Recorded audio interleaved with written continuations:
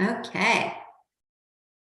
So we are right at 1 p.m. and I know that we have with us the committee members that are able to be present with us today. Thank you so much. I will just note right at the beginning that we have many committee members who were simply unable to make it today for various reasons and let us know their regrets in advance.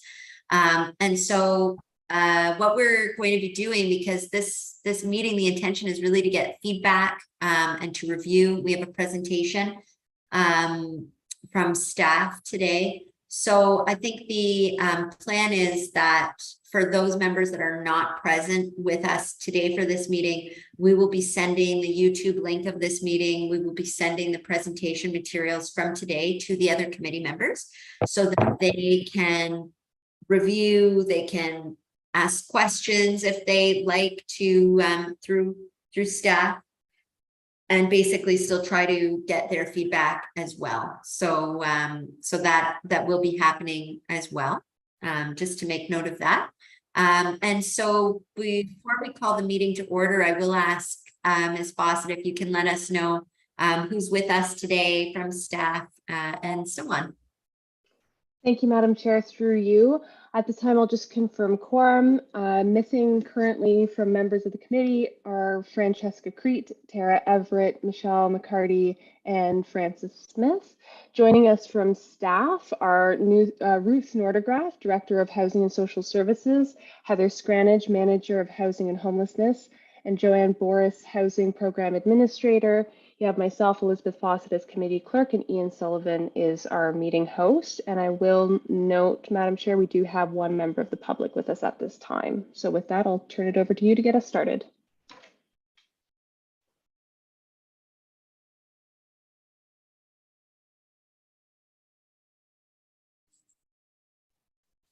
Sorry. Thank you. I appreciate that, Ms. Fawcett. So with that, we'll call the meeting to order officially. So we will start with the approval of agenda. If I could have a first, please, for the approval of agenda. Thank you, Mr. Clark, and thank you, Councillor Neal. And if I could have a show of hands of all in favor.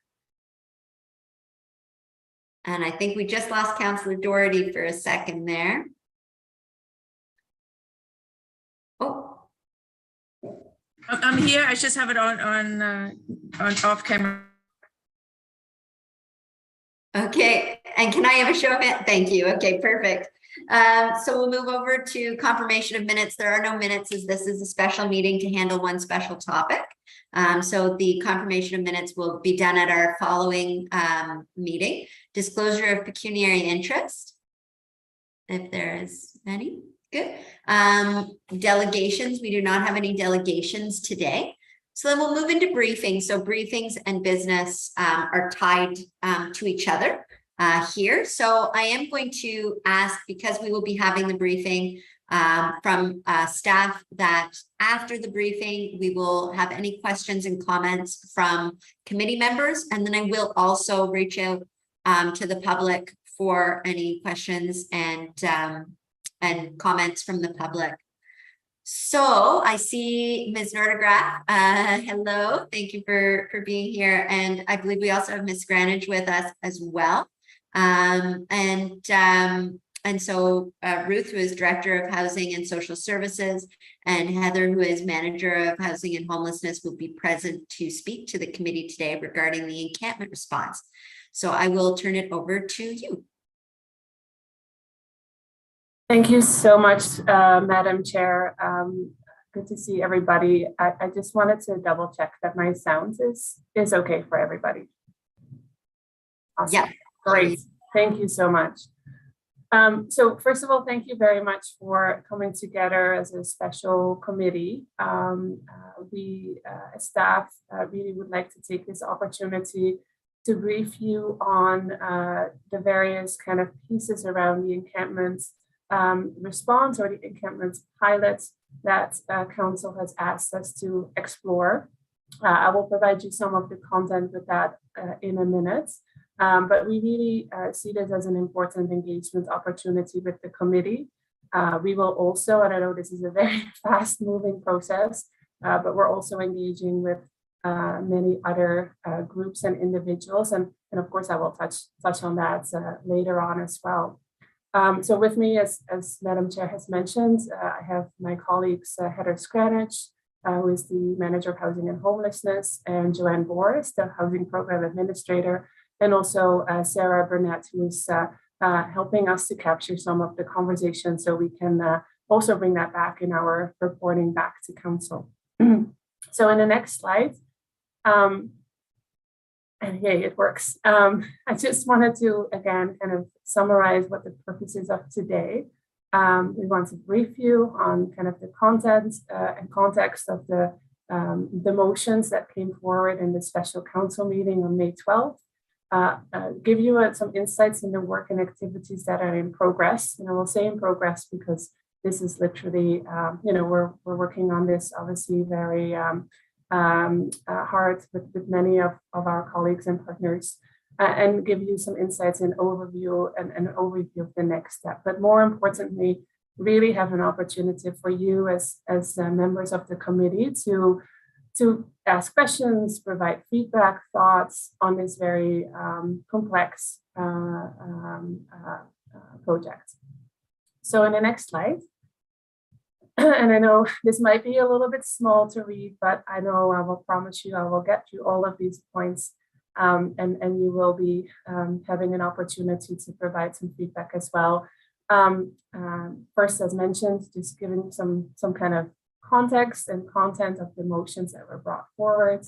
And then we really wanted to bring you into the loop on all the work and activities that we're working on, and some preliminary findings and learnings, including, what's the current state of encampments, what are we learning from some other jurisdictions, what have we heard so far from individuals that are unhoused, partner agencies, other departments, what's our plan for engagement, what are some initial thoughts and some draft rules or sort of draft rights and responsibilities, some conversation around the existing encampment protocol, some considerations about operations, and also, and we are very excited about this as well, some other solutions that would really look at a more longer term housing option for individuals. And then, well, as mentioned, we'll talk a little bit about next steps and hopefully have a lot of time for you to ask or share your feedback and thoughts. So the next slides. And before I jump into the motion, I will promise you I'm not going to read all of this out loud, but I just wanted to bring the committee back to kind of the situation in Kingston, which is a situation that, and it's opening up the news articles each day across the country, across Northern America. I think many jurisdictions are really trying to kind of find the right approach in how to best support people that are unhoused, both short term, but obviously also looking at more of a longer term solution. Obviously Kingston, just like many other communities, we have been managing homeless encampments for many years, and over the last few years with the pandemic, obviously the number of encampments and the visibility of encampments was really grew in our community. In April 2021, we presented an encampment protocol to Council that was adopted, and that protocol really gave city and partners some kind of steps on how to address encampments in our community. The protocol was implemented in April, and that, based on advice by public health, was paused in kind of the late fall 2021, when we saw quite a large number of COVID outbreaks in many of our encampments and under the kind of unhoused community. Back in, say, March, April 2022, the Encampment Working Group and partners started conversations around kind of next steps of lifting the pause of the encampment protocol, which then led to obviously a lot of community questions and community communication and obviously many delegations to council around kind of the need to keep, or the need to not move encampments around. So that led to a special council meeting on May 12th. And there were 2 motions that were discussed, and both motions passed. The first motion, and like I said, I'm not reading all of them, but really in a nutshell, asked council to come back with a plan for, better alternatives for permanent and safe housing for those individuals that are camping in our community in this motion, specifically behind the integrated care hub, as well as other areas in our community, which basically asks staff to continue to pause the protocol, which we have done because the motion passed. So we have, unless there are very specific health and safety issues in encampments, we have not been moving people around in any of the city owned properties. So that was motion 1. Motion 2, it's quite a lengthy one. So on the next slide, and I will kind of paraphrase, and obviously if you want to know more, you can read them at your leisure. Really, again, in a nutshell, the second motion asked council to come back with a potential encampment pilot or sanctioned encampment pilots, and ask staff to work with public health, our ICH partner and other partners, neighbors, and of course, individuals that are unhoused, and community groups. And on the next slide, if you could, yeah, there we go. Really come back with suitable locations that are close to the integrated care hub, focusing on a low-cost facility or low-cost solution, creating some simple regulations, also create kind of reasonable and safe and tidy approaches for the space, and also, again, make sure that we are doing this within the right bylaws and right kind of legal context. Again, I am really kind of summarize this really quickly, but I really invite you to read it as well. And in the next slides, the other kind of questions were to, again, come back with specific locations and kind of operational pieces around the locations, and budget considerations, again, for basic services, signage, and some other related costs. And also with basically a report back by the end of the pilot with findings and recommendations on next steps. So that's a lot. So I just wanted to move to the next slide. So I wanted to walk you through kind of the work so far and the situation so far, so you really have a good understanding of the context, so you can kind of share your thoughts. So first of all, the current encampment situation, as you know, we are trying to measure to the best of our ability the homelessness situation in Kingston through the by name list. And as of June 1st, 2022, we have just over 200 individuals on the by name list, 77% adults, 16% youth, and 18% self-identify as Indigenous. That doesn't mean that all those 203 individuals are unhoused, I would say unsheltered. People on the by name list do also, there's also individuals that are actually in shelters or in just kind of moved into transitional housing. But what we do know is, again, and you can appreciate it's a fluid number, but we know that there is, based on our partners and the information we receive and the work that we do ourselves with bylaw and other staff, is that we have about 70 to 80 people that are typically finding themselves unhoused in our community, in encampments or living rough. As I mentioned already, we do have an encampment protocol that has now been in place for about a year, although the last few months, obviously, it has been paused. And over the time of the encampment protocol, there were approximately 500 interactions with police and bylaw and folks that were in encampments. On the next slides, and again, this is a fluid situation, and I also appreciate that this might be a little bit hard to read, but just for your kind of context, we've tried to, obviously without really disclosing, people's location, we've tried to map out kind of what we know about current encampment locations.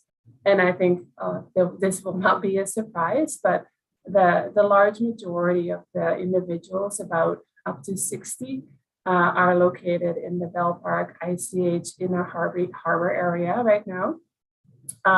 We also have around 20 or so individuals that frequents more of the downtown Midtown area. And then we do have some encampments more in the west and east, mainly in the west ends that street outreach does visit regularly, supports, but I don't think quite often people are as aware of in the community. So then in the next slides, what we also have done, and again, by no means are we experts in this topic, so really I want to try to understand what other jurisdictions are trying to do, just like we are going through this as well. I think a couple of kind of initial kind of findings there, just to give you some context, is that we know that, of course, homeless encampments are not new. The kind of the approach to sanction encampments has been a little bit more recent. What we see is that there's a lot of different operational structures for encampments, and they really vary from those that have really organically formed and kind of are more self-governed to more officially formed encampments where, for instance, like a city or a region designates a site. How communities deal with managing encampments or even moving people along or evicting has really been largely individualized per city and jurisdiction. And what we know from Canada so far is that in BC, there are a few examples of some cities that have created some sort of sanctioning of homelessness encampments. For instance, the ability for homeless individuals or people that are unhoused to sleep in a dedicated park between a certain time frame. We also know that there's a few other cities, for instance, Halifax is the most recent one, that is really going through a very similar process as we are in Kingston, and are exploring options to look at the potential of sanctioning or dedicating certain locations. In the United States, there are quite a few cities and states that have attempts to safely and securely sanction encampments.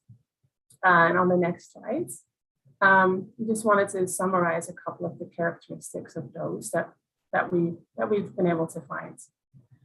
I think what we're really seeing is that, again, like thinking about Council's direction, most of the kind of successful sanction encampment sites really are quite a bit more than like low-cost services, and really almost are considered an alternative like outdoor shelter with 24/7 staff, food services and supports.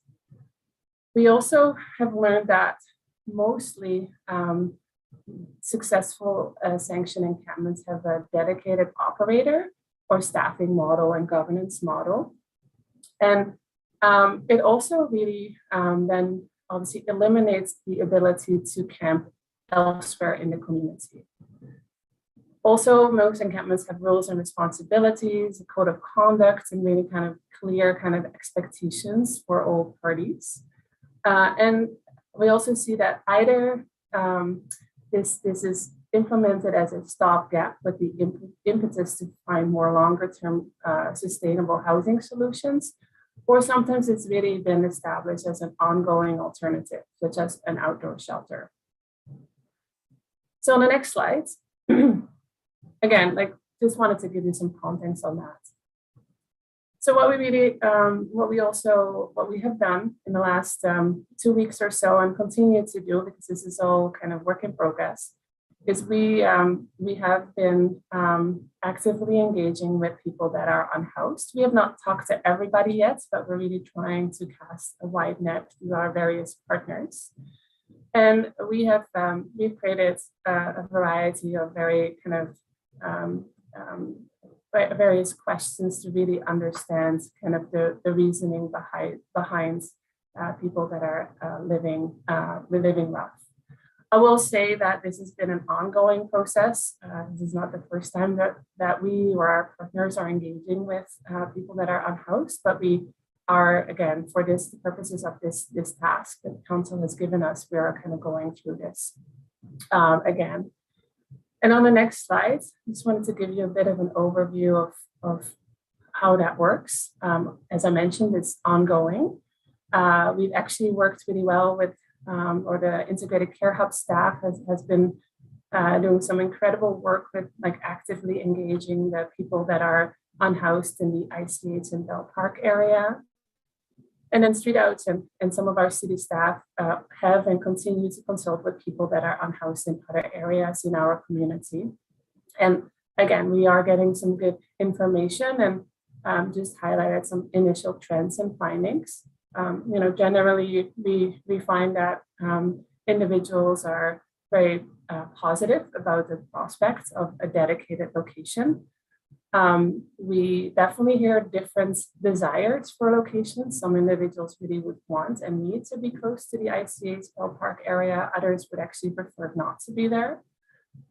We do hear from quite a few individuals that they would like to see some rights and responsibilities, some amenities, obviously, and also guidelines for how to use the campsites and how to kind of work, how to make it a success. There are also some concerns about safety, garbage, and how governance would look like in an encampment. So again, it's not a one. There's different sites that are kind of emerging, which I think is kind of the theme in this topic. So the next slide. I try not to take up the whole meeting, but just really wanted to give you this information because I think it's really important.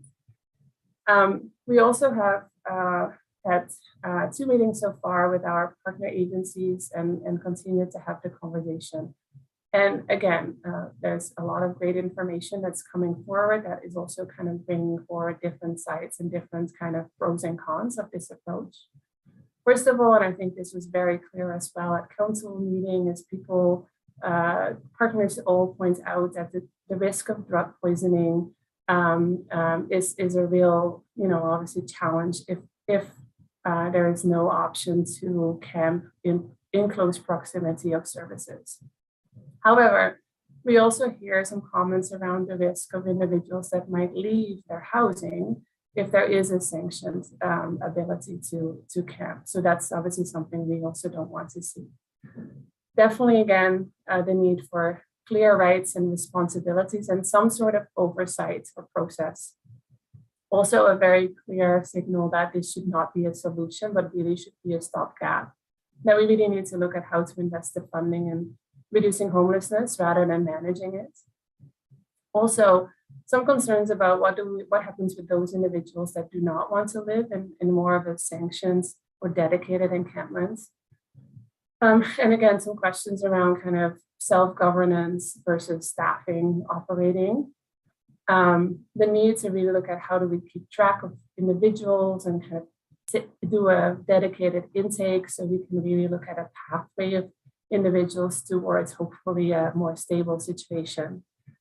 Some concerns about garbage issues. Again, I want to celebrate and compliment the Integrated Care Hub with how they have been focusing on community cleanups, and it's been actually very, very good, but it's definitely one of the big concerns around encampments. And overall health and safety concerns for individuals that are in encampments and how to approach that. So the next slide, we also obviously have been and continue to be working with our colleagues in other city departments. We're looking at environmental sampling of specific locations in Bell Park to make sure that we have a good sense of what the risks would be for certain locations and really weigh that against some of the drug poisoning realities. We're looking at how would a site plan look for potential locations.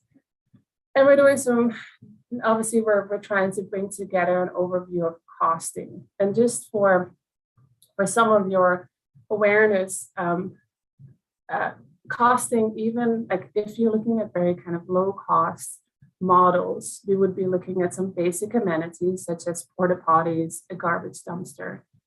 And even with those kind of amenities, for instance, one porta potty costs about $4,000 a month. A garbage dumpster, again, is, with a very kind of regular kind of cleaning and making sure that works really well. Again, that's quite costly. And I know Heather can jump in on a couple more details, but looking at some of this, even some very basic amenities, would likely lead to there will be quite a significant investment in that. Not to say that that's a bad thing, but just getting some context that, the more services we add, the more costly, obviously, the pilot will be.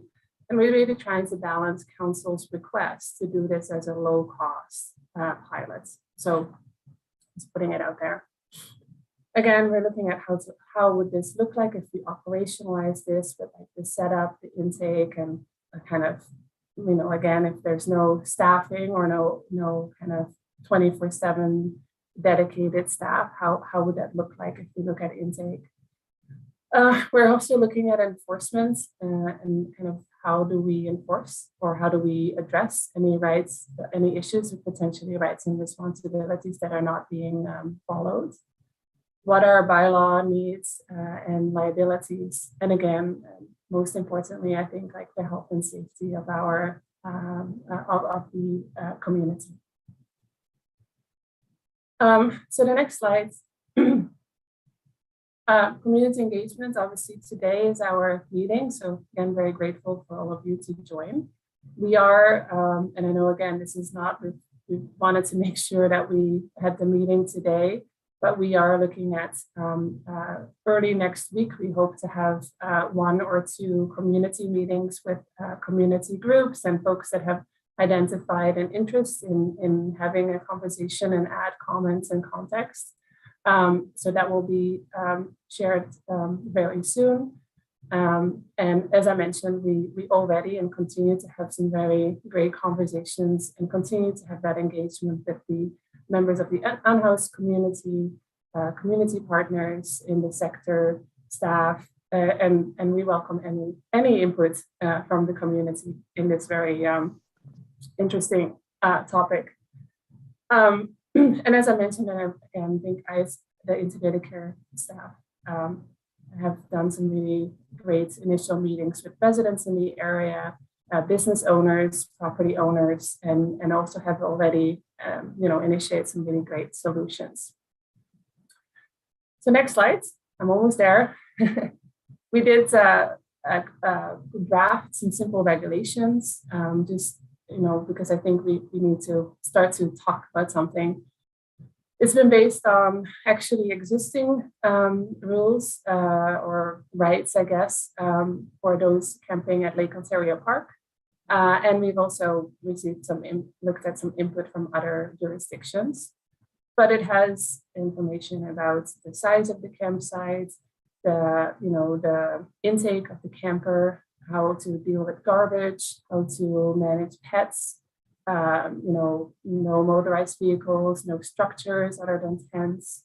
And on the next slide, you will also see, some wording around campfires and harvesting of firewood, no use of alcohol or smoking or vaping, except for on their own campsites, quiet hours, some of the use of amenities and violence that are obviously is not prohibited. So this is, again, I think, based on the council motion. Sorry. It is, kind of trying to respond to kind of the request to create simple regulations. So next slide. We also are working through some suggested changes to the Encampment Protocol. Obviously, that's a little bit complicated because we don't know yet or how this pilot will move forward based on council's direction.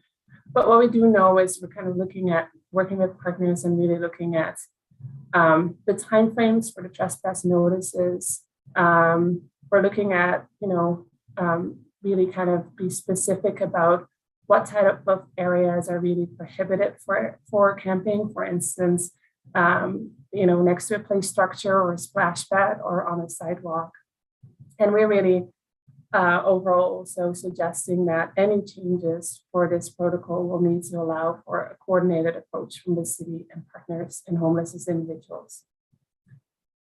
So next slides. I think I've already mentioned most of this, but there's a lot of operational considerations. As I mentioned, we are looking at probably 2 Bell Park ICH locations. And we're also looking at a third site in another central location in our community, but we have not been able to confirm that based on a few logistical challenges.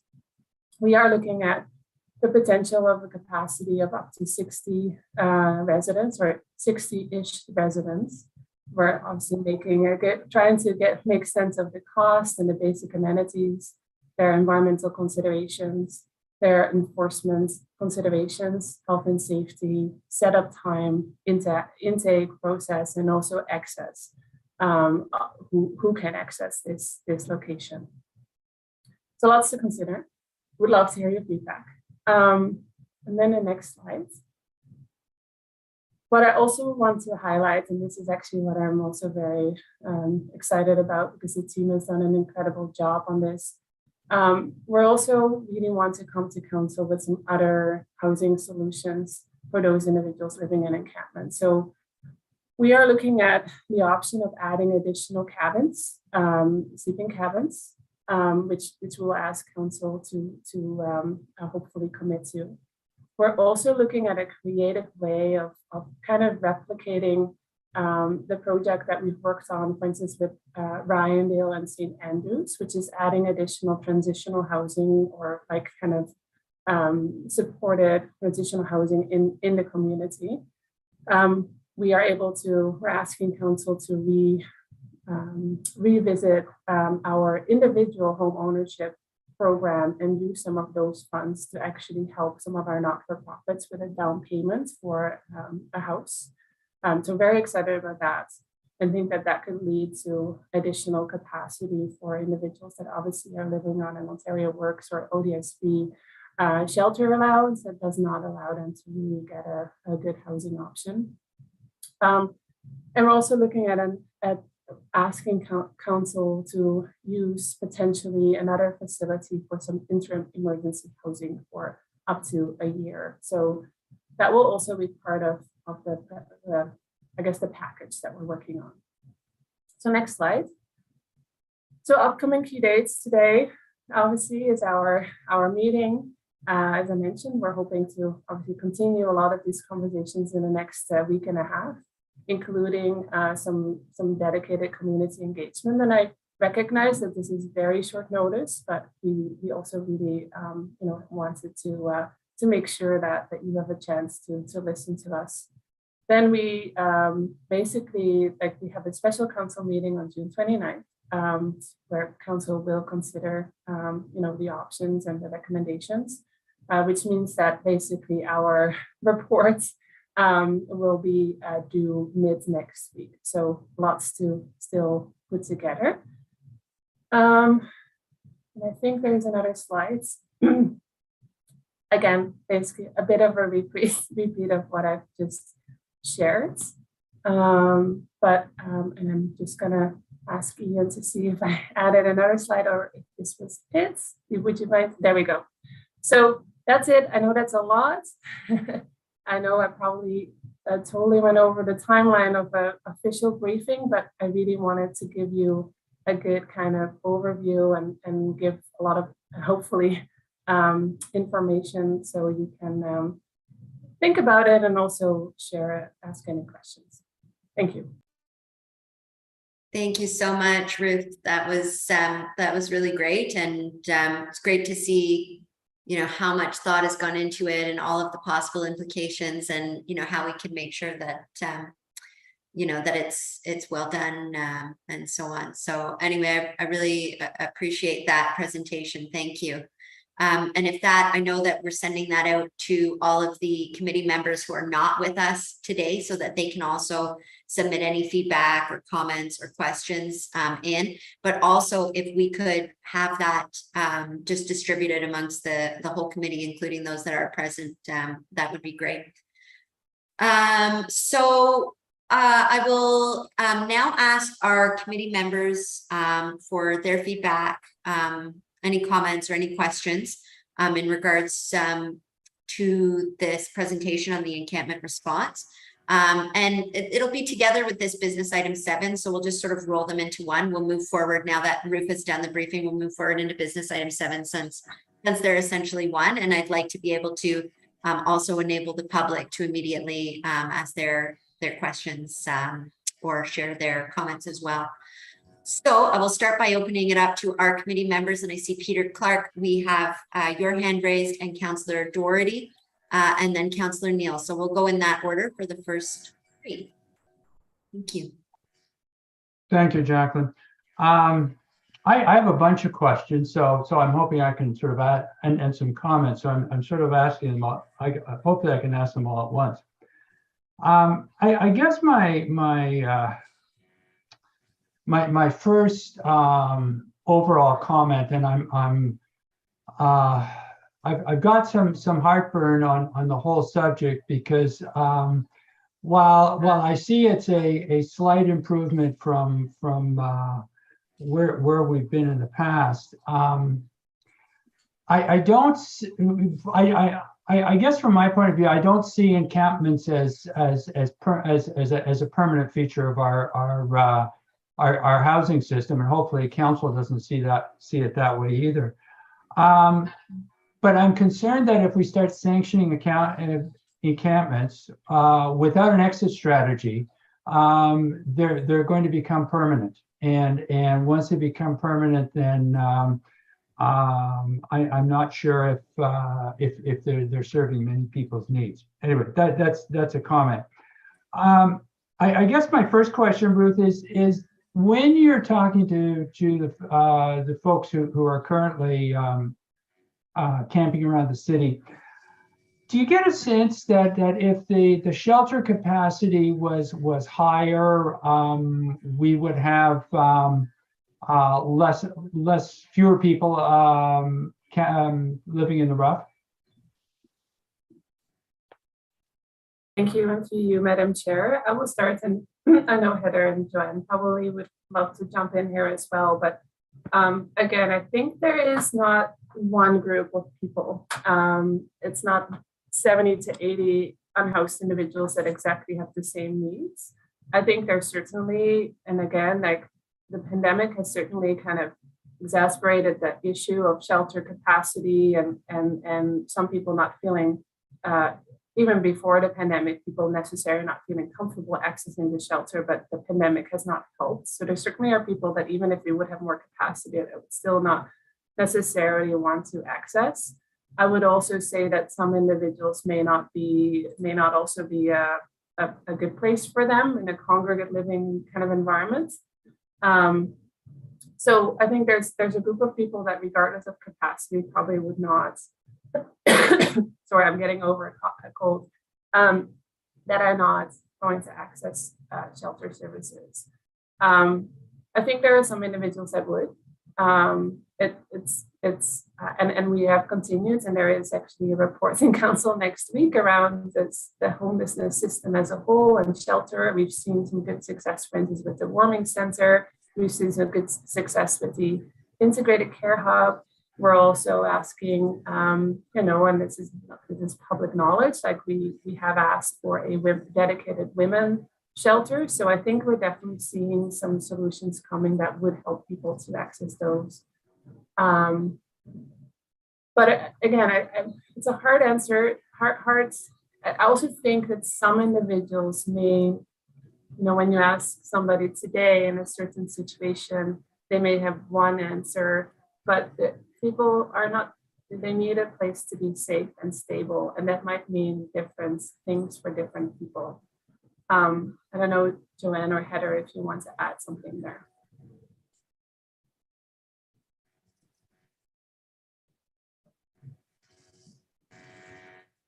Hi, Ruth. Hi, and through you, Madam Chair. Ruth, that's completely correct. I mean, what we know is that there's always been camping, and even on site yesterday, we heard there's been camping at Bell Park for over 20 years. So it's not new to the community of Kingston. However, COVID has certainly brought it to the limelight and forefront, and it's very visible. And everybody is seeing that there are a number of homeless people who are unhoused and in need of support. But to what Ruth explained earlier, it really depends on who we're asking, what shelter might have capacity or what space might have capacity, and where that individual is that day, where they are emotionally, mentally, physically. And that's why the street outreach team is such an important aspect and component of this, as they're the ones seeing them on a daily basis and helping with that assessment and working with the clients to offer them services and supports. But if there's not any space to be able to provide to somebody, then it makes a little bit of a predicament in that we can get them to shelter, but they may just have to wait a little while. I think the hope is that this might just be that sort of preemptive waiting period time while they still have some access to supports. Okay, then as a follow-up, maybe a question I would have is if we've got a finite number of campsites that we're going to put together through this protocol, there will be people who are left out, if you will, or who are not included. What happens to them, and are we proposing that to council that in effect we're going to have a sanctioned encampment and various other encampments around the city anyway? Yeah, thank you, and to you, Madam Chair. I'm happy to answer that because I think you're pointing out a really challenging predicament. I think there is a situation where if we go to, and this is also based on what we see in some other communities, and please bear with us because we're just really trying to gather all the information to the best of our ability. There are, like, we see some situations where there are kind of quote unquote sanctions, locations or campsites where individuals can camp, but that might not work for some individuals. Some either because of the location, because of the other people that are there. So there will be, like, I think we just have to be honest. There will be people that will not be able, that will be left out, either because they don't want to or they can't for a variety of reasons. So I think that that's kind of where, like, if we go for like sanctions or locations where we are kind of dedicating some resources, again, hearing from partners, hearing from unhoused individuals, people would like to look at some rights and responsibilities and some kind of oversight and some sort of kind of pieces. So I think we need to keep that in mind. I don't have an answer for that, but I think it is a reality.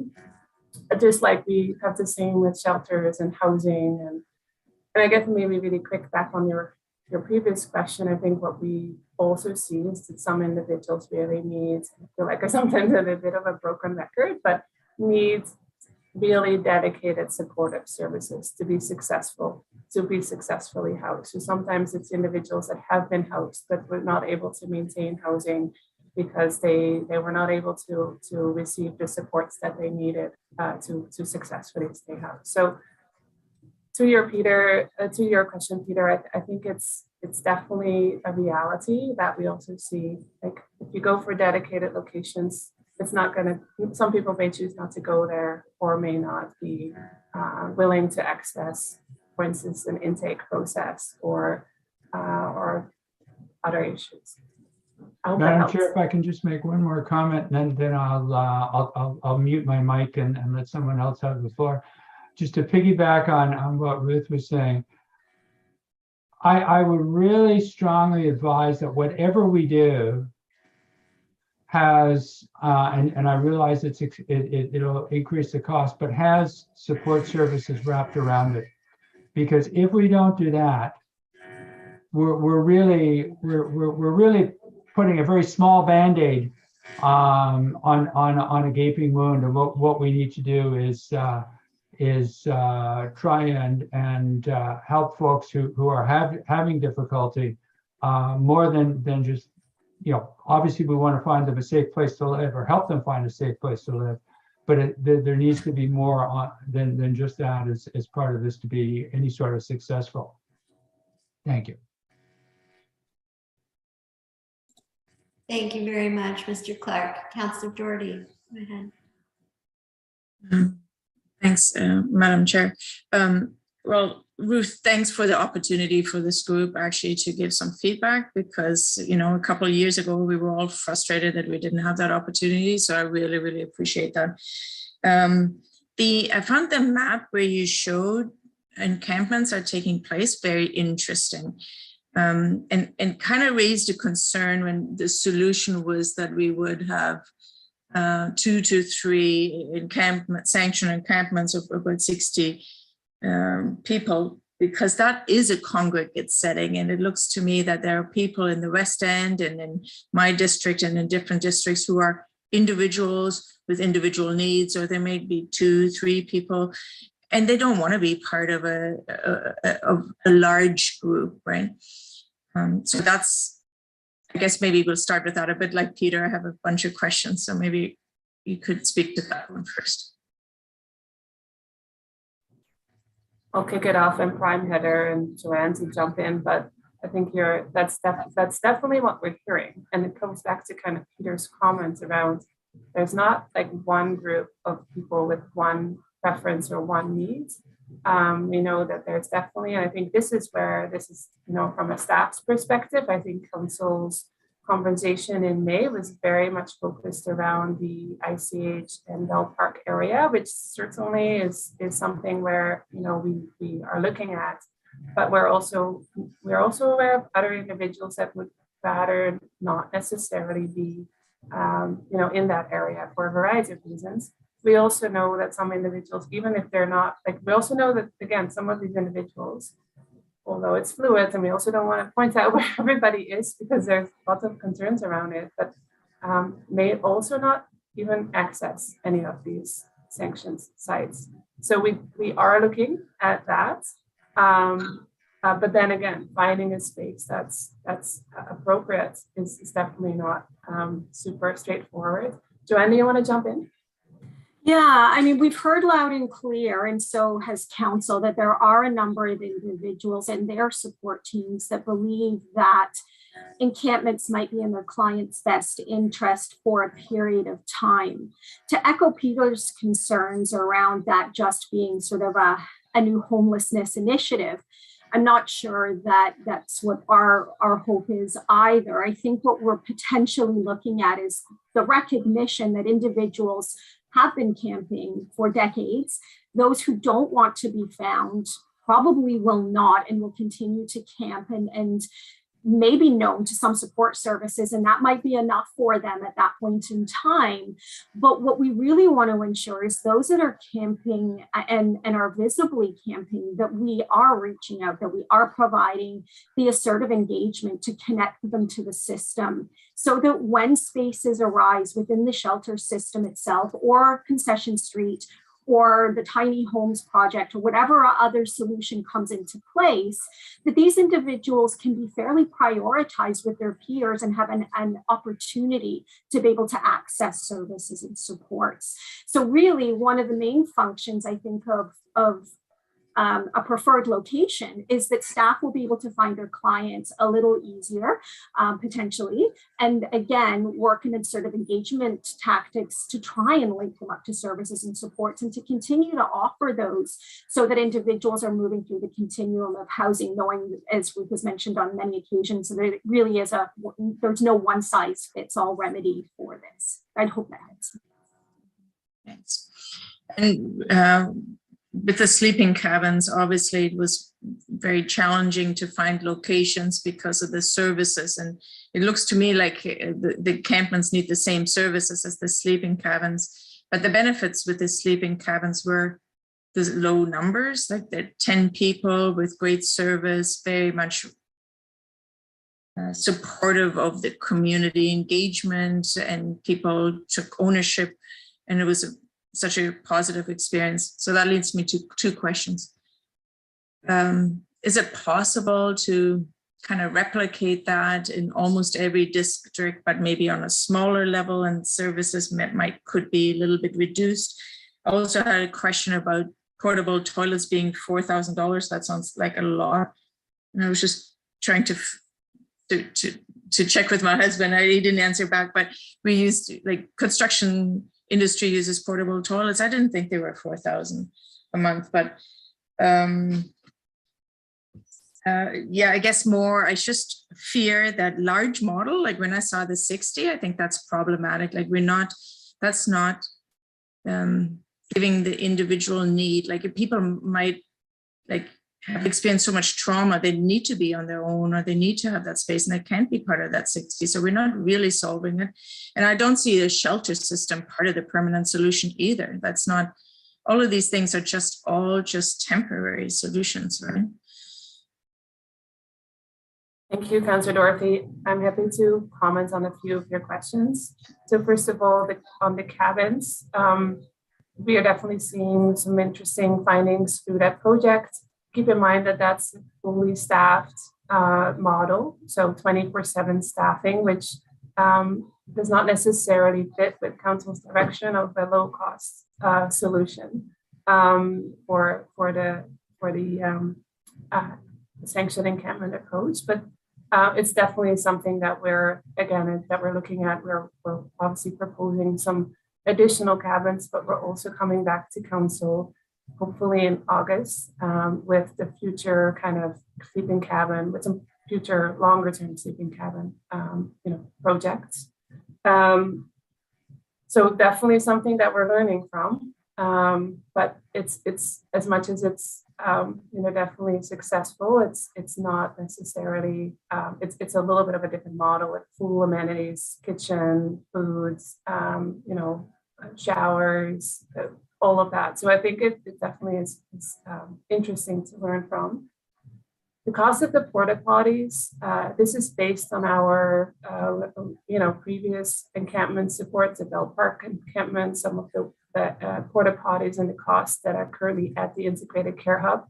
The cost of renting them is one, but also the cost of cleaning them is another.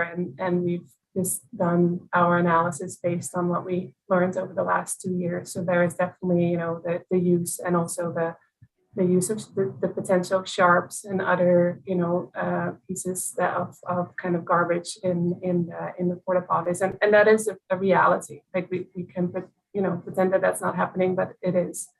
And then the scale of the sites, just to clarify that we are not proposing one site with 60 people, but that we're looking at a multitude of sites that total approximately 60, knowing that that's based on the numbers that we have now, and knowing that not everybody will be on the site. So it's not 60 in one, but we would look at 2 or 3 sites.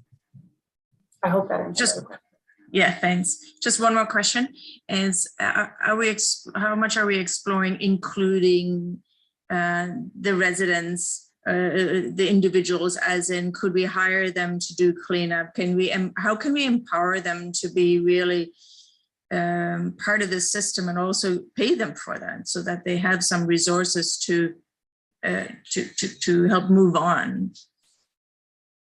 That's a great comment to you, Madam Chair. We, again, are learning some of that with the ICH community engagement and community cleanup work, and some of the work with peers and work with, clients, I guess, or social enterprise kind of approaches. Again, it goes back to governance and oversight, and it's something to consider, but we also then need to, recommend some sort of structure to do so. Thanks.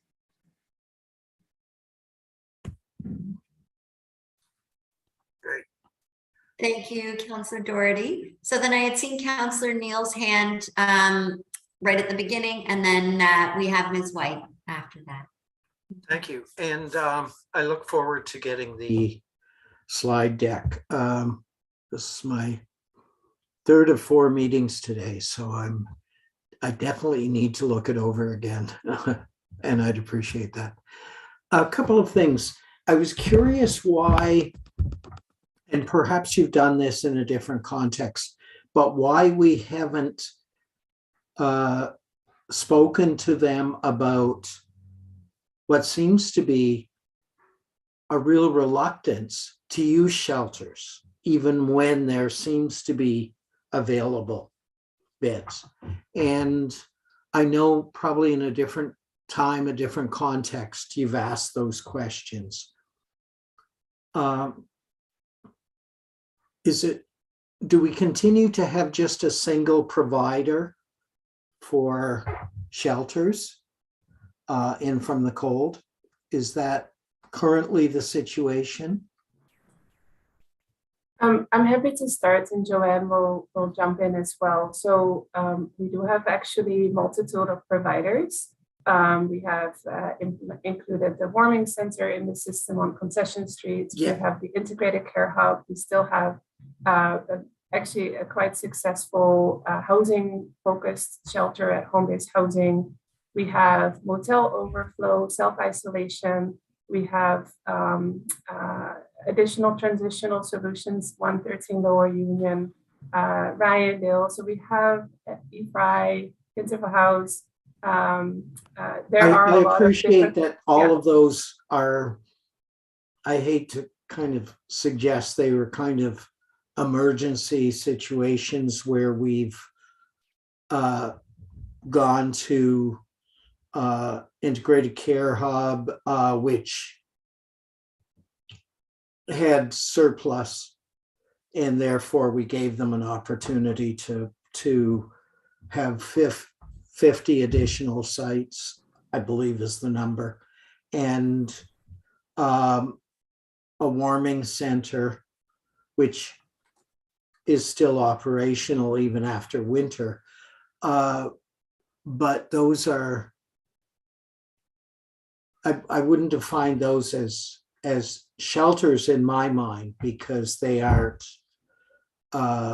necessarily, you might get a mattress, you won't get a bed in most of those situations. So that, and I see Councillor Hutchison is here today, and that's good, because when I first returned to council, and he was on council for even longer, there were a number of shelters that provided services.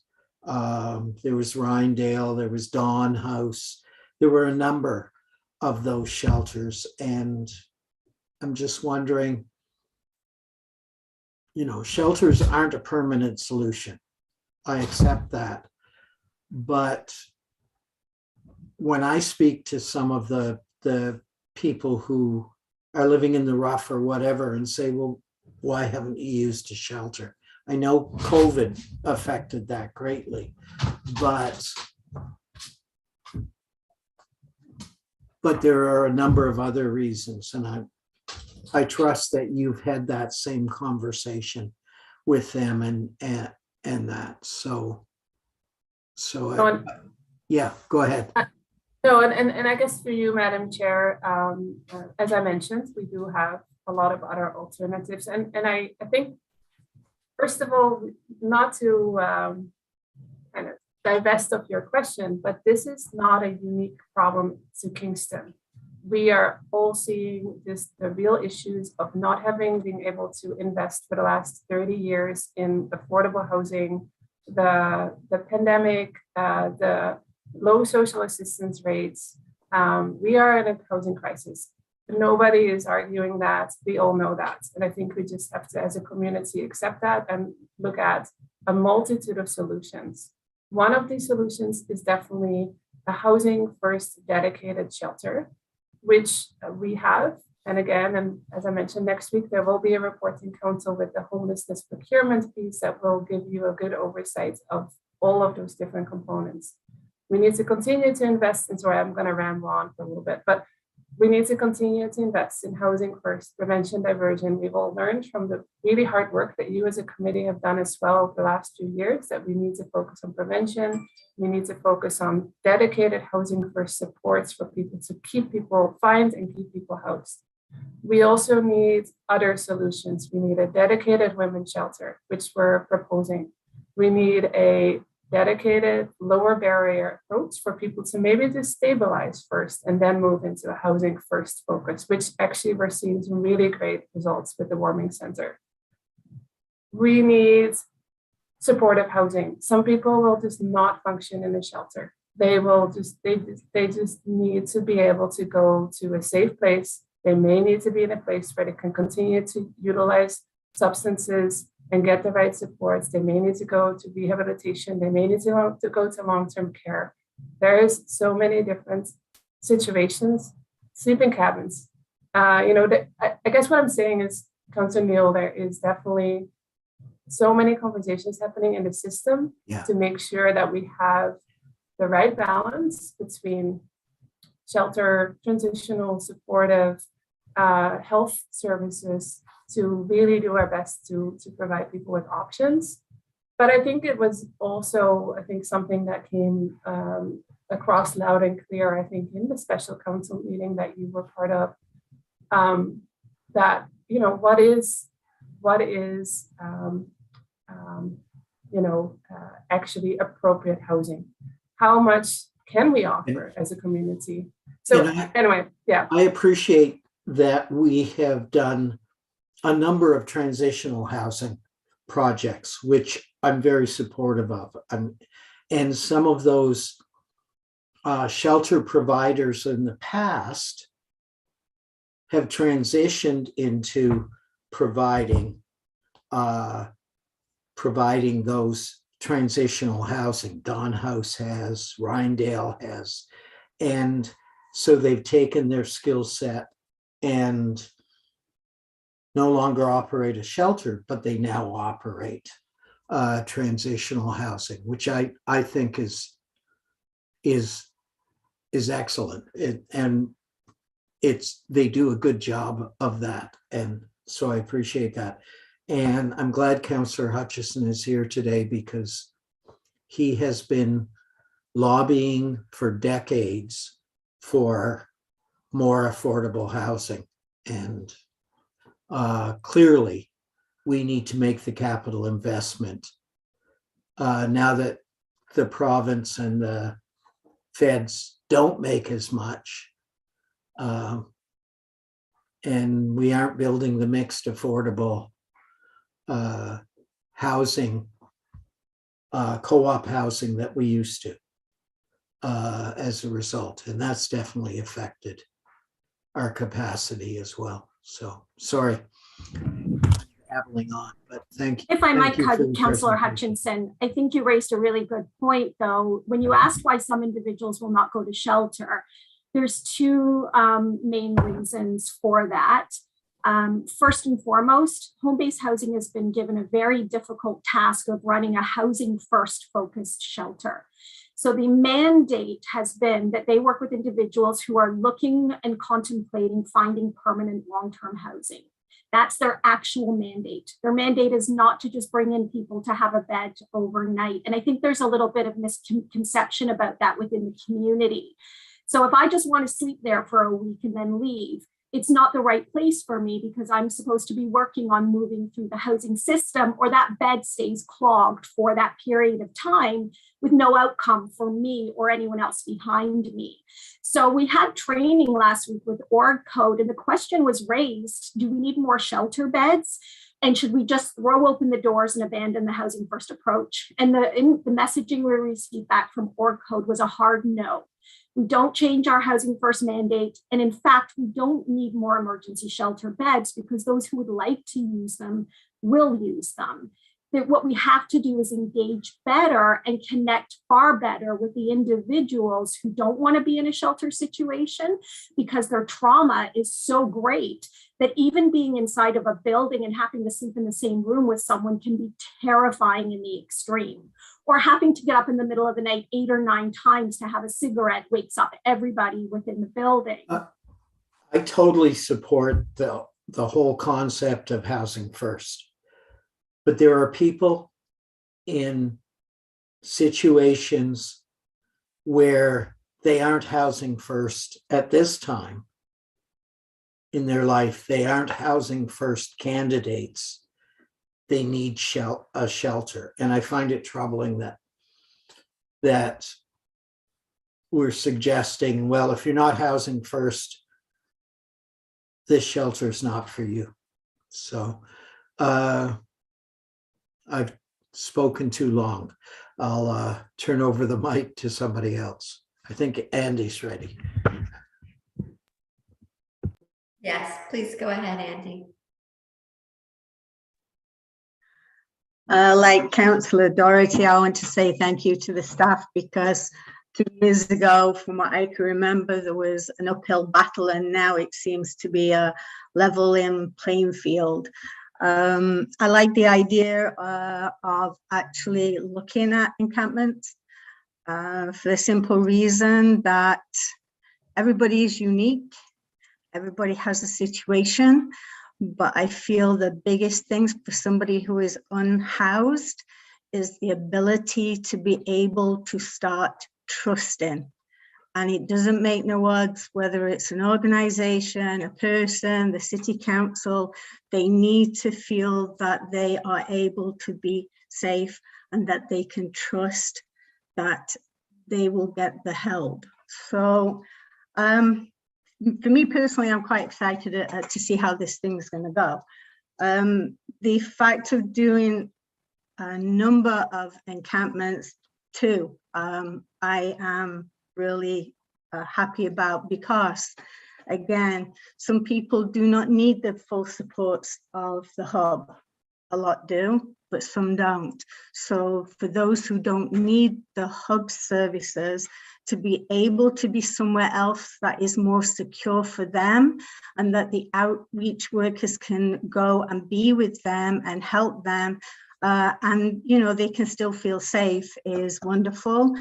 The last part of the slide, I'm trying to remember what it said, but I know it said something about the city purchasing properties and having them kind of scattered.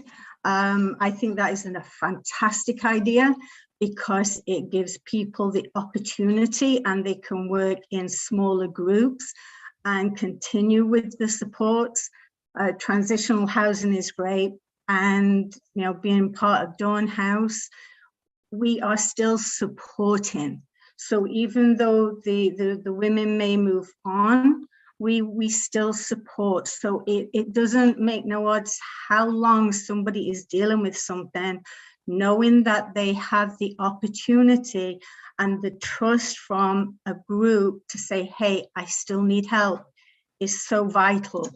A lot of it, sometimes people look at a person who is, for example, whether it's mental illness, whether they are using drugs, people see the mental health and they see the addiction, but they don't see the person. And I think that's the most valuable part of it. You need to wrap around and see the whole person, find out their journey, so that members of the community organizations can work to empower that person. So this particular thing I am actually really excited about, to be honest with you. One of the questions I do have is the cost. I know the cost, I can't remember the cost that was for the tiny homes, but is it going to be in comparison? The actual looking at the encampments, are we looking at that type of a figure? Because if that's the case, to me, it's pretty reasonable. But yeah, that's the only real comments I wanted to make. I think it's going to be a fantastic idea, and if the city can actually start looking at purchasing and being able to renovate so organizations can take them on, it would be amazing. So thank you. Through you, Madam Chair, I can comment a little bit on the cost from what we've gathered so far. And I will be, again, quite frank, like we have the kind of ask from Council to come back with a low cost solution. I don't know what the definition of low cost is, but based on what we kind of know on what this is, how much a certain amenity costs. And I'm just looking at my screen on another screen, so I am paying attention, but I just wanted to have a look. And don't quote us on this, but just some facts. Again, we know, for instance, one portable toilet, we estimate about $4,000 per unit per month, including cleaning. Which could be less if it's not as, but we kind of want to just have a sense of that. We are looking at dumpster bins and obviously the cost of those, which is estimated at about $5,000 per month per bin.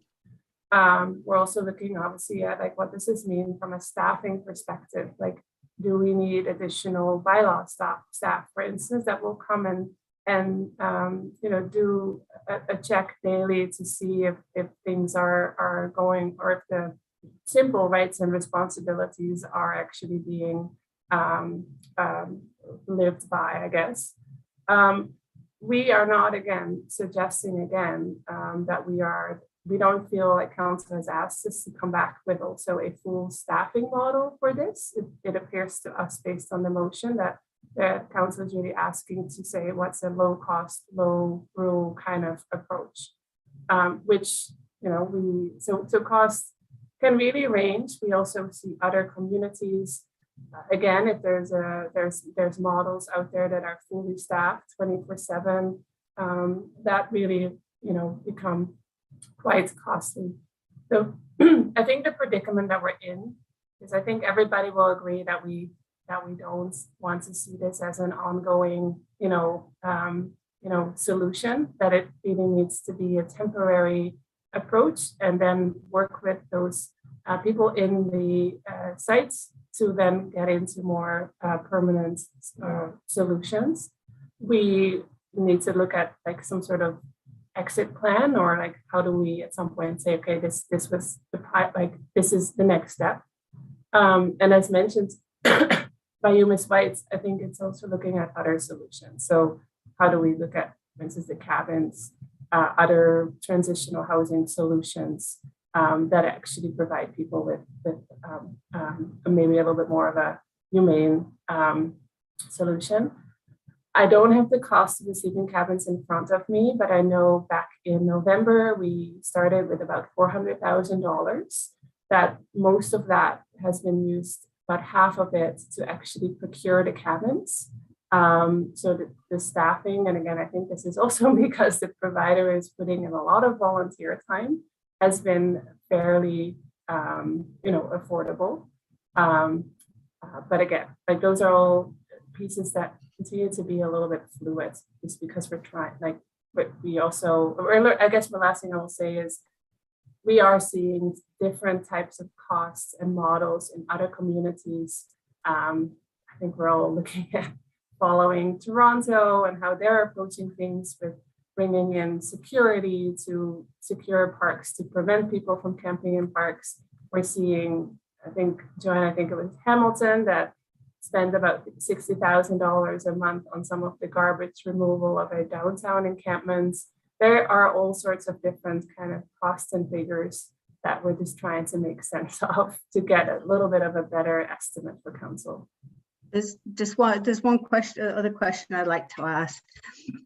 Doing this, how much, and you probably don't have the answer, it's just something you probably could think about, from the start of this to the end of the project or the pilot, how much would it cost the city overall through the police, the medical, everything? How much would it cost if you don't actually do this?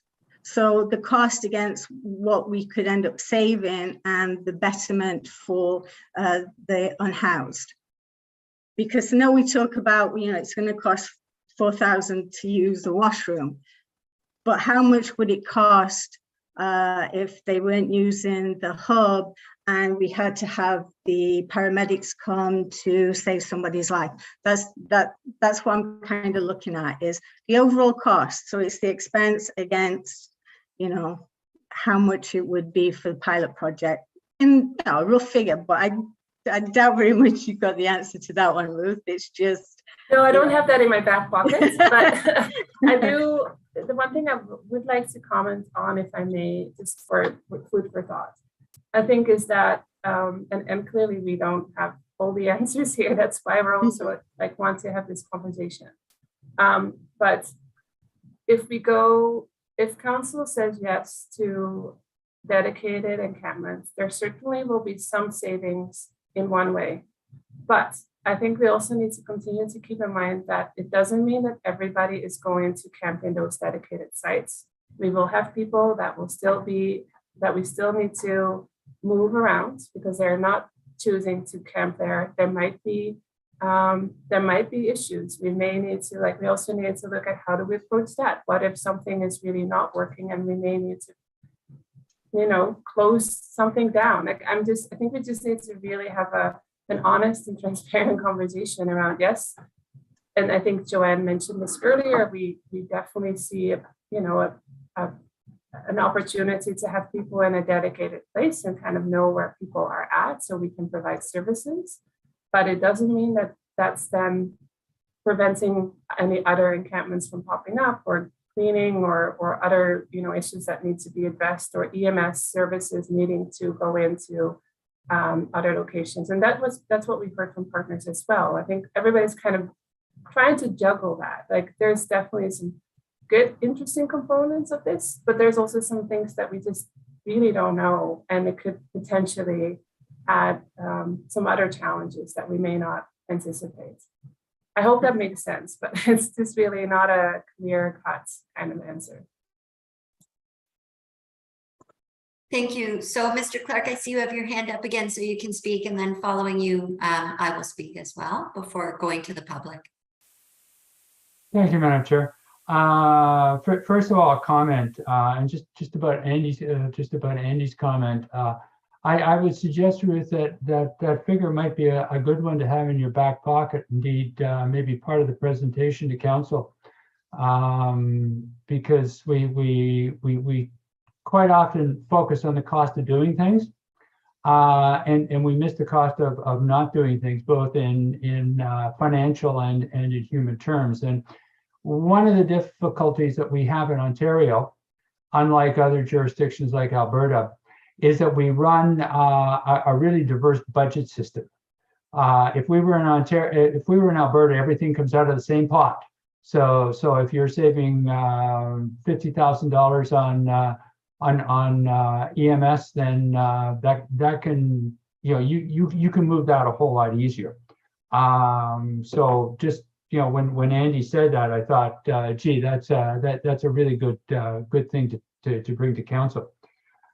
The question I have is, as we've been talking about this, I've been thinking about it, is how do we deal with, or what's the plan if there's an influx of people looking at coming to Kingston because of we're being so successful? And so I guess really I'm saying, is this for the current encampments, or have we got a plan, and are we ready for a potential influx?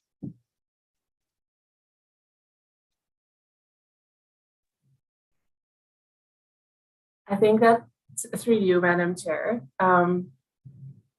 it is an excellent question, and it's something that I think we, I mean, speaking on behalf of staff, I know, again, this is obviously, this work is focused and based on how do we support the members of our community that are currently unhoused in encampments in Kingston.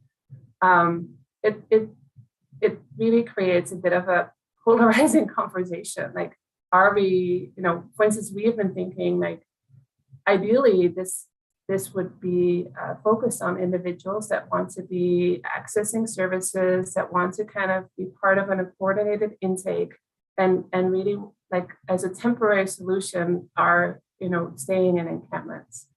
But how we, are we going to say, sorry, you cannot come here because you're not from Kingston, or sorry, you, are not currently camping, but you just were evicted, but now you are not able to access this. It is a really tough question. And I think that's, I think what the whole system as a province, as a community, as a country is struggling with. We know Belleville, Brockville, Smith Falls, like we do see people come to Kingston. But on the other hand, there's also individuals from Kingston that come to other services in other communities. So it's a really challenging question that I think is a really great question to raise, because it's just, yeah, as a city, we have resources that are dedicated to us by the province and by, municipal taxpayers. How do you best utilize those for these solutions, and how can you eliminate, people from that service for a variety of reasons? Definitely a conversation to have that I think we need to be mindful of. Thank you so much. And thank you for all of the comments and the questions from our committee. I will just speak last from the committee, but a couple of things as everybody asked their questions. And thank you so much to Ruth and Joanne for speaking and helping to answer today. I wanted to say, in your presentation, it really struck me when I read, reducing homelessness, not managing it. And I think that's a really important thing to keep in mind. We need to find a way to reduce homelessness. So with that in mind, the idea of like home-based housing with Housing First, I mean, it's so critical. This is what we need. We need to make sure that transitional housing and then to permanent housing is the #1 goal and priority. We need to make that happen. I do know that in many cases, not everybody wants that. And that is also a challenge in and of itself. And I know, that we're working, towards doing the best we can to house. I like the idea of the city of Kingston being a leader in so many ways. And, I hope to, to Peter's point, are we going to have more people come to Kingston, searching for this? But I hope that we can come up with something that makes sense and does, really show that Kingston is a leader, and we need to be a leader in compassion. I think it was last year, I remember reading about it at the time, and somebody had spoken to that feeling of community that existed at that time while they were camping. And it struck me, that feeling of community. And then of course, now the idea of the proximity to the integrated care hub, where this is the encampment that is the most numerous. And, the idea that, that cost of prevention, and it's so critical. And as Andy had said, really recognizing the individual, not the addiction or whatever else is going on, but really recognizing the individual and what is the individual looking for, and what does the individual need in order to feel trusted and feel safe. Which place makes them feel safe? Which place gives them that sense of community? And so, and I think, stigma and so on. So I think the idea of the encampment does provide both a sense of independence and a sense of community. So I mean, all to say, I really appreciated that presentation. I think there were some major points there, and it really got me thinking. I had previously viewed it in sort of a more simplistic way, but I can see there's a lot more that would need to be involved here. And the reality is that's exactly what needs to happen. I mean, those services are what is so critical. I mean, the base root of all of these issues is what we need to be addressing. This is a step. This is like a step in that, but the base root of those issues. So we really need to wrap that community in as much as we can of support. How much support can we provide? I see some nodding heads, so thank you. So I think that's it for me. I don't really have any questions. I think there were some really wonderful questions. I just wanted to make those notes. I don't know if anybody has anything. I don't want to say like, I just said my comments and I'm done. But if anybody wants to say anything to that, or if I said anything out of space.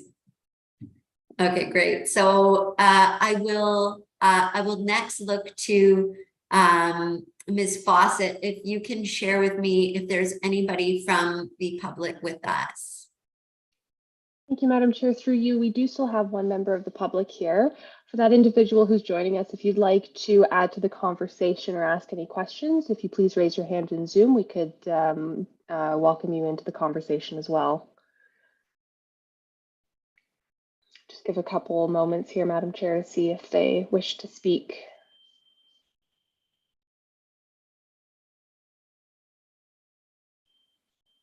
And if you're having trouble finding the raise hand button, it should be located in the center of your screen towards the bottom when you move your mouse over the window.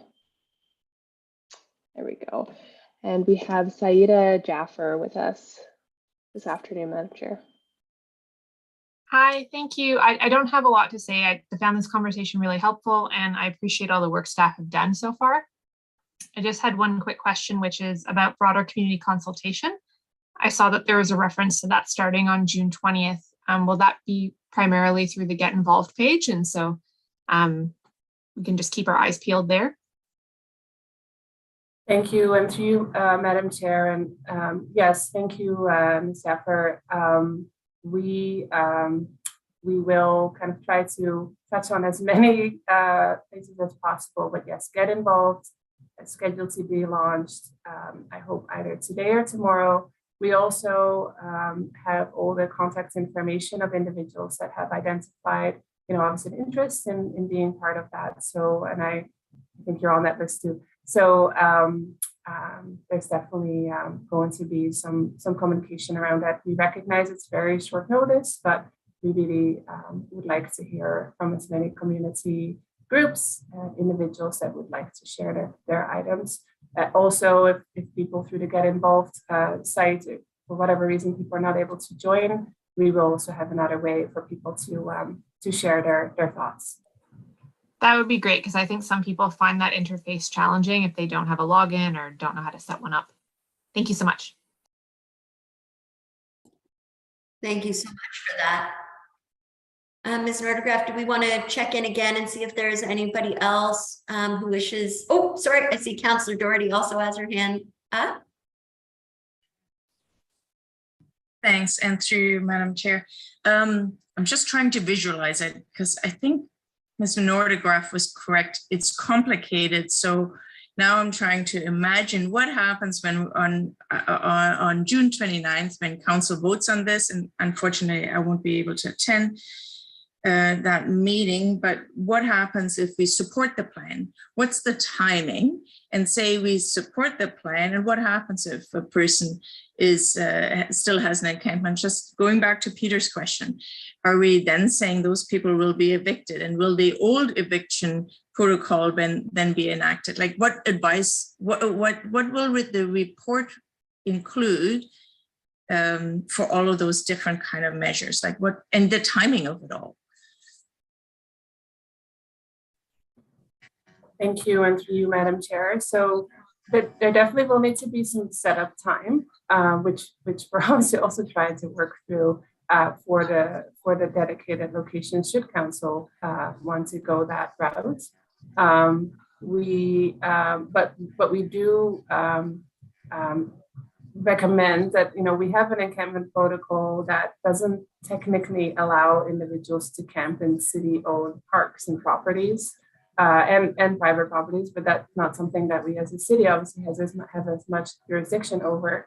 So we do see it as if we go to a kind of a sanctioned approach, then that does mean that the protocol would basically be unpaused or would kind of continue again. So in other locations, individuals would not be able to camp. Like that is obviously where our staff recommendation is at right now. I think if you have a sanctions, but you're also not enforcing the protocol, then I don't think there is really a lot that we are trying. Then you're setting a system up for, like, you basically have two systems. That, if that makes sense, and that's what we're seeing in other jurisdictions. It's like it's a sanctioned or dedicated kind of approach, but then also no ability to obviously be camping in other locations. So we are bringing both pieces forward in the same report. We do have to, obviously the Encampment Protocol contains a couple of other components. We may, and again, we don't know like if Council is going to support this. So if they're not, then maybe, again, we still have the two motions on the table as well. So there will be a setup time that we obviously will try to speak to the best of our ability, and some sort of transition time as well with the protocol and this pilot project. And then there's also what's happening after the pilot project and how do we move ahead with that. So this is by no means a very straightforward situation, but we're, I think, doing the best we can with offering all the information, giving some recommendations and suggestions, but also really rely on, I think, so many of our partners and colleagues and people to give us some suggestions. My very last question, I promise. We know winter will come along again. So will there be a report early on in September kind of thing for a winter approach? I think what we're trying to do is really bring forward some different solutions that will not, ideally, again, this is maybe being a bit Pollyanna, but ideally we would not have to be in a position. And I mentioned it in the presentation, we're looking at additional transitional housing capacity, some emergency housing that we want to ask Council to approve as well in late June. And also next week, we will be coming to Council with the procurement of the system that obviously will also ask for some ongoing women transitional, women shelter kind of supports I think I can share this, but we're obviously looking at continuing the warming or the Concession Street location, because I think that has been proven very successful. We will be looking at a more longer term permanent sleeping cabin project. So I think we're really trying to bring more than just like a Band-Aid solution, but really looking at kind of actual, as Ms. Collier mentioned, we really want to, I think, get the community together to look at how do we reduce, knowing it's like, microscope, telescope, like we do have a real issue now that requires short-term Band-Aid type solutions. At the same time, we also need to really, and how do we best spend resources short-term, but also have resources for the long-term?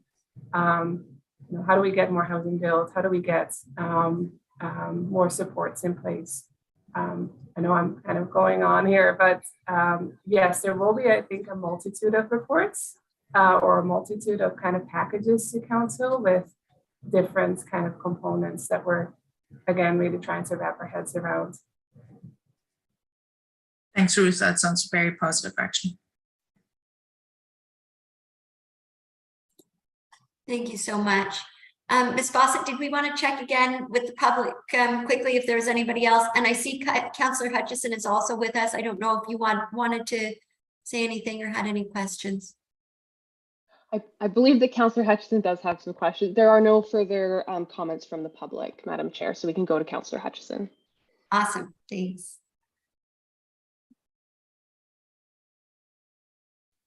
Oh, good. Can you hear me? Yes. Okay, good. I just wanted to say thank you for staff for holding the meeting and for the input of the committee over a long period of time with a particularly intractable problem. One thing I've thought is just directed to, in listening to this to staff, is a lot of the answers say there are people are, homeless people like in this situation, that situation, and another one.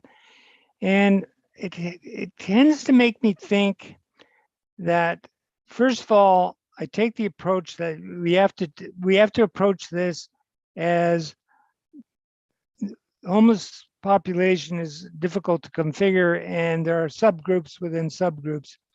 And so it seems to me the data we receive needs to be more precise so that we can center our resources and resources we might seek from the province or the federal government towards certain subgroups, because I think I don't think there's a final solution to this or anything, but so that we can craft programs. Like there's talk about wraparound services and that, but the wraparound services vary according to the subgroup within the population we term to be homeless, right?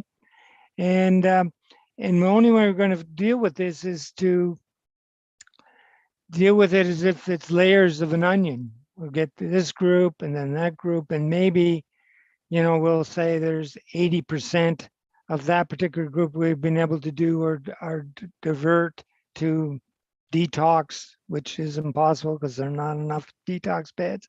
But that tells us where we want to ask the province for more money or more investment. In other words, if our data is more precise, then we can start to be more precise about how we approach these things and realize what's likely to work and what isn't. And we have outreach workers, we have our own city workers, but some of the comments about wraparound services and that's going to take more expertise and more boots on the ground, I think, than maybe we've got at the moment. So the kind of things I'm talking about is, for instance, the number of people that don't want to be housed. They'll be overlapping, and it'll be like a Venn diagram of some. Well, Toronto has estimated that at 20%. So if we say there are 200 homeless people in Kingston, which is a number that we've come up with, staff has estimated at 135, the last report, I think.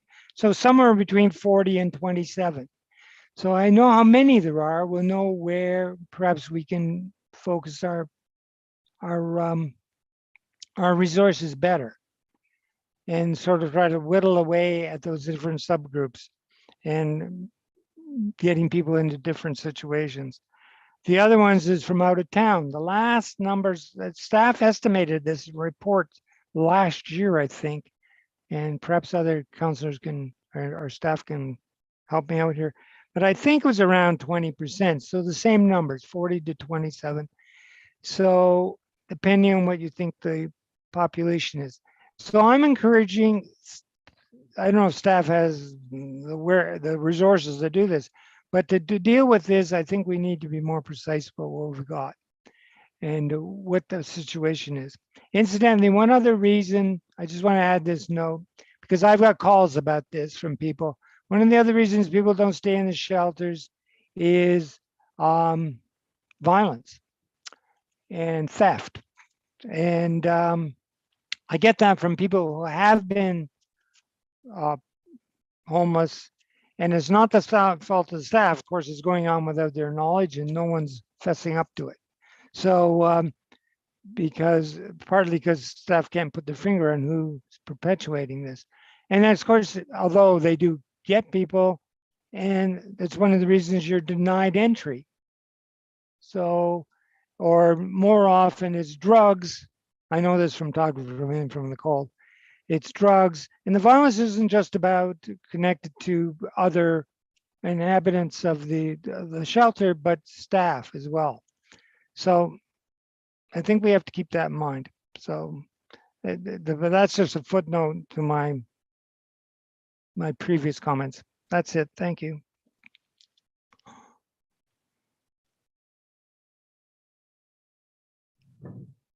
Thank you, and through you, Madam Chair. Thank you, Councillor Hutchison, for that. couple of things I can add to your comments, and I think Ms. Boris also will have some comments there, or Ms. Greenwich. But first of all, we are a dedicated housing first community.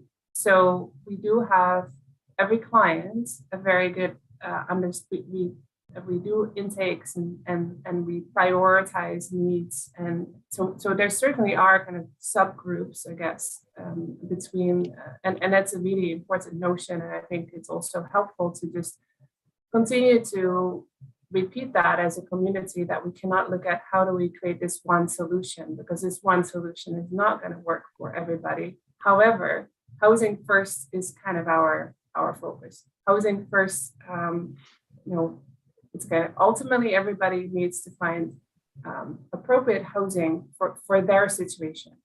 So, I mean, obviously we cannot, share, kind of the specifics of every individual, but we definitely do have a very good understanding of, for those that do go through the intake and are in our system or in this system, we do have kind of also the ability to prioritize based on acuity levels. Again, it goes back to, I think, the availability of services and the availability of providing people with for instance, rehab, as you mentioned, or for instance, for them kind of appropriate housing. It's a matter of how do we best prioritize and to your point, peel off those different layers of the onion and address those different solutions in the community. I think Joanne or Heather, I think you will be able to add a few more thoughts on this, because it is a really important piece that I think, again, as a community, I think we need to have some reality about, I guess the different levels of acuity, the health and safety, the potential risks as well of this, and how we look at some ways of mitigating any potential violence, or even knowing that there's also some potential of people that are being attracted to some of these sanctioned encampments to actually just look at drug trafficking or other undesirable behaviors. So I think we need to just have an honest conversation about that as well. Sorry, before I go on forever, Joanne, go ahead. Thank you, and through you, Madam Chair. That's a great point that you've made, Councillor Hutchinson. I think the most poignant thing I've heard in the last little while is the only solution to homelessness is housing. And that's a binary thing. So as we start to work on finding housing, my belief is that we do need to stick with, as difficult as it is, and given our current housing climate in this community and in communities across Ontario and Canada at large, we have to still focus on the fact that every single individual who is homeless or unhoused, the way to assist them is to get them housing. And so that's going to take many different paths for individuals. But the reality of the Housing First model is that the assessments that we provide to each individual drill down into very, very detailed information about that individual, so that their case managers truly have a good understanding and knowledge of what that individual's needs might be, but also what their hopes are, what their wants, and their basic needs. We just can't share that information with the greater public because it is highly confidential and very private. And absolutely, to your point around violence, within shelter settings, drop-ins, all sorts of organizations, that too is not a Kingston problem. That's a nation problem, and not just within the homeless population or unhoused population, but in a number of different congregate settings where we find that individuals who are marginalized do often become a target for crime and are easier to take advantage of in some instances based on the fact, even just basic geographic location. So we do have to, every solution that we look at, we have to have a mind for the fact that we do know a lot about the individuals we're serving, and we utilize that information on a housing first approach, because that's the only solution, is to find each individual housing. Thank you. And Councillor Neal, I see that you put your hand up as well. Thank you. I think Councillor Hutchison is dead on when he says probably up to, and I don't know if we keep stats like this, but up to 20% of the people who are homeless here come from somewhere else. But the reality is they are Kingston's homeless. If they came from Napanee yesterday and they're in Kingston, they're Kingston's problem at that point in time. And likewise, I wouldn't be surprised at all if 20% of the people who live in the rough or live in tents really aren't interested in finding an alternative.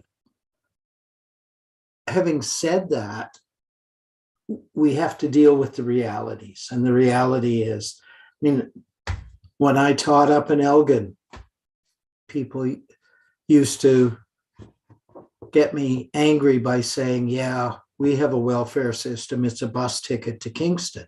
I mean, that's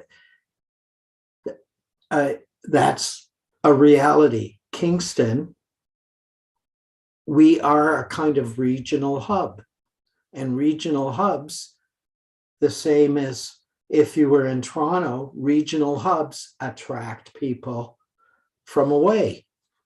And that doesn't diminish, that doesn't help the fact that we have to find adequate housing or a more comfortable way for them to survive when they come to Kingston, whether they've been here for decades or 2 days. The reality is when they come here, we need to assist them in whatever ways they need. And that's frustrating to taxpayers, and everybody on the screen right now is a taxpayer in Kingston, I think. So it is a frustration, but it's a reality, and it's a reality that we can't, we can whine about, but that's all that we can do, because they're our responsibility when they're here. So, thank you.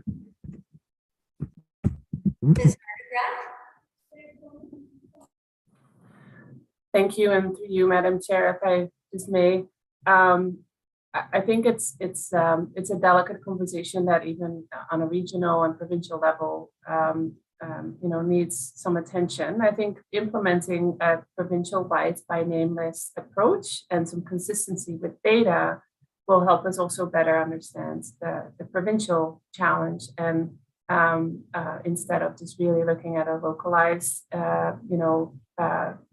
situation.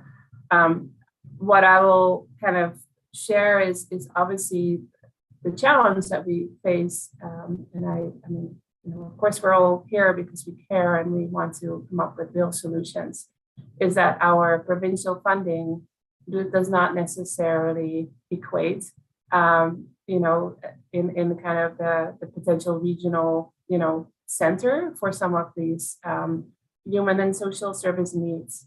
And I think that is, again, there's a reality of how we need to have that conversation. I think what we as staff really would like to focus on is, again, we want to focus on reduce the problem, not manage. And we want to focus on how can we really, somebody is choosing to be in Kingston, if they're from Kingston or coming to Kingston, then we do want to set some, kind of guidelines or expectations of this individual to engage in services, and we try to kind of also, again, help them. I think because that's what we want to spend our money on reducing and not on managing. I think if we keep focusing on managing, then I think the risk might be that we are, not really getting to a solution, and we're spending resources on Band-Aids versus actually spending resources on truly finding solutions. I'm not going to say that we have that all figured out right now, but I do think it's a vision that we can all maybe kind of work on together and continue to kind of further crystallize over the next little while. And this is a really important conversation that fits in it as well.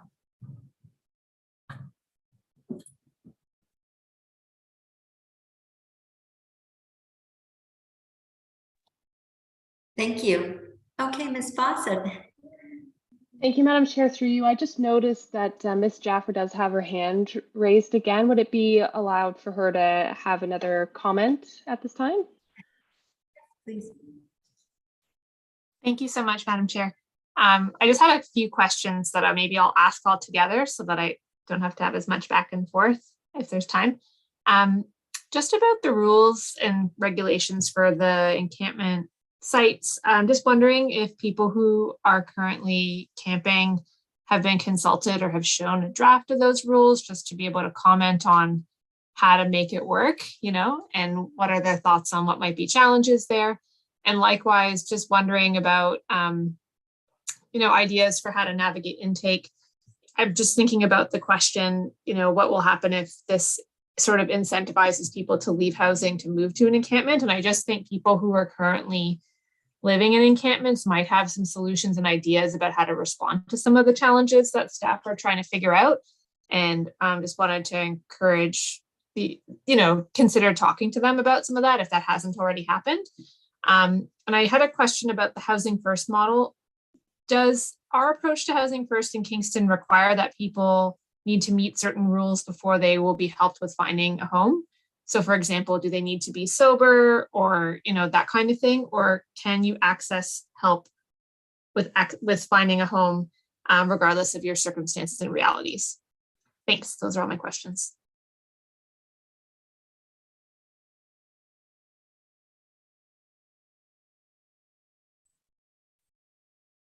Sorry, I was just looking for my mute button there. Thank you, Ms. Jaffer, for those questions. So we've had again, we've worked really closely with our integrated care hub staff, our street outreach staff. We have not shared an actual draft guidelines yet because we felt we first wanted to have a conversation actually before kind of giving a list of kind of guidelines, but have the conversations we're having also inform the guidelines. It's a bit of an iterative process. So we're definitely wanting to have some great feedback from individuals that are unhoused. And I really appreciate your points around kind of potentially how we can, again, prevent people that are actually housed from coming into this. I think an intake approach and an assessment approach could benefit that. But those are all things that we're trying to think through as well. I guess on the Housing First one, I know Joanne is definitely the expert on that. So I pass it over to Joanne for that part. Thank you, Ruth, and through you. That's a great question. Our Housing First model in Kingston resembles the true Housing First model in that we believe that everybody has the right to work towards accessing housing. So individuals do not need to be substance free. Their mental health does not need to be treated. Individuals through the Housing First model, the belief is that once individuals are housed in that safe place, that is where they can then thrive and the supports will wrap around to ensure successful housing outcomes for those individuals. So that's when they're linked up with services such as AMHS, a Housing First case manager, to ensure that they're able to maintain their living accommodations. So no, but what does happen is challenging is if an individual won't engage with a worker to even have the discussions around the Housing First model. So I don't want to say that clients, assertive engagement is what our staff tends to work towards to help individuals understand the supports that are available to them and the access within the community. But if somebody won't talk to us, then it's really difficult to move forward with that or talk to landlords on their behalf or do anything. So we do need their informed consent in order to work with them and provide the services and supports, but there's no requirements for them to do anything other than work with their case managers and be amenable to accessing housing supports. Hope that helps. Thank you.